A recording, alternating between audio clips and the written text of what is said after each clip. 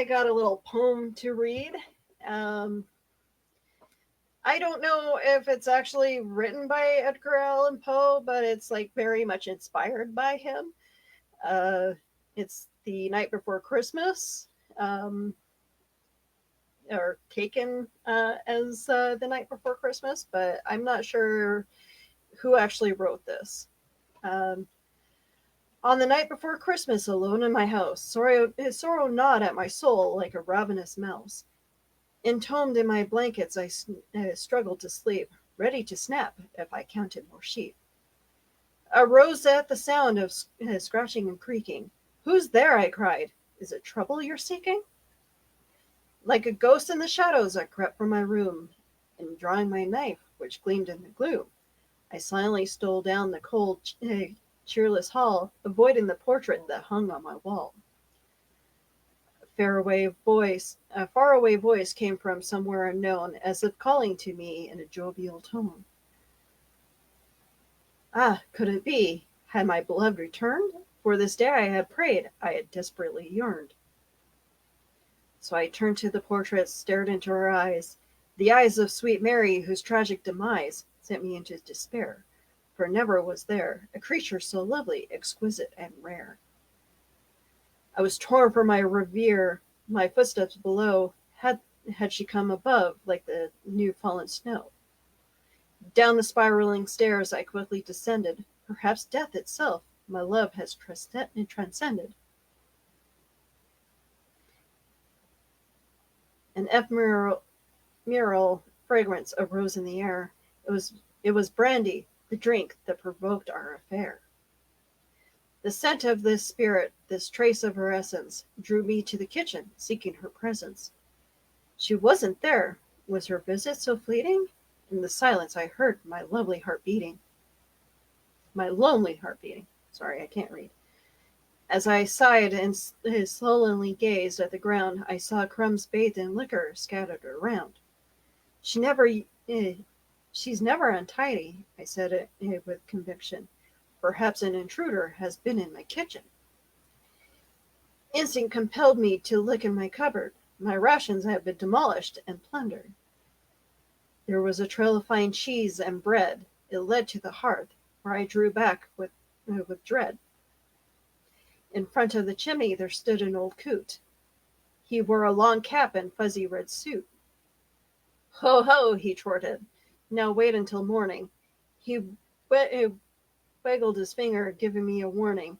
"How dare you?" I cried as we stood face to face. "You've devoured my food, leaving hardly a trace." To this he replied, "You have it all wrong. I left you a gift. I'll be getting along." Wondering if I should believe the old troll, I reached in my stocking, pulled out some coal. "I have lists," he explained, "of who's naughty and nice. You haven't been good, and I fear there's a price." "Who are you?" I barked at this gnome on my brick. "Don't you know me?" he smiled. "I'm Saint Nick." The name was familiar, but that didn't matter. His age, his age Bacchus was mad as a hatter. "You're a fool and a fraud," I said, raising my voice. "And you barged in my house. There's no cause to rejoice. So whether you're Santa or Hanukkah Harry, Jesus or Joseph, or just the tooth fairy, Happy Christmas," he chuckled, "while I mustn't tarry. Now cheer up, good fellow, you don't seem merry." "See Mary," I burst out. "Have you brought her here? Has my love come at last, upon midnight clear?" Sometimes he winked. "All is not what it seems, especially when you live in your dreams." "Villain!" I shrieked, grabbing hold of his beard. "Bring her to me, your suit will be smeared."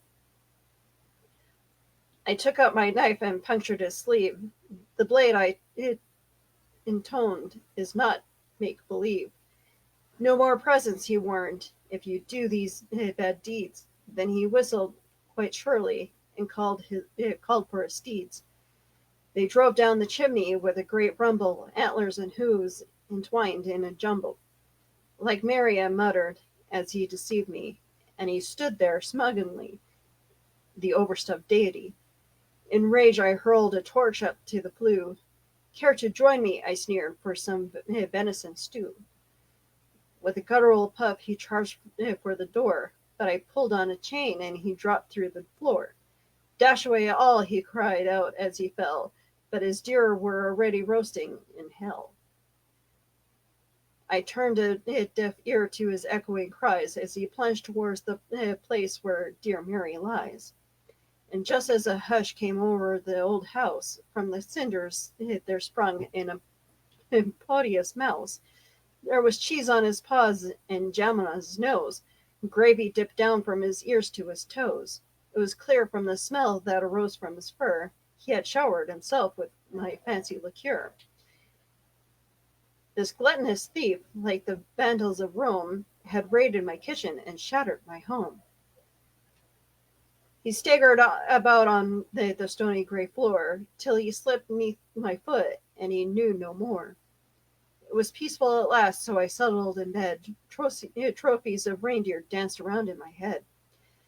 One dreary year later, upon Christmas Eve, the stocking I'd hung up began to unweave, and what should fall out of it onto the brick but a sparkling and sputtering dynamite stick. Quickly I sought to extinguish the flame. It wouldn't go out. 'Twas a cruel, deadly game. I discarded the stick and dashed to the door. What witchcraft was this? It was stuck to the floor. From the roof came a laugh of sadistic delight. Then suddenly there was a bright flash of light. And just as my soul began to take flight, that fiendish elf cried, "Happy Christmas! Good night!"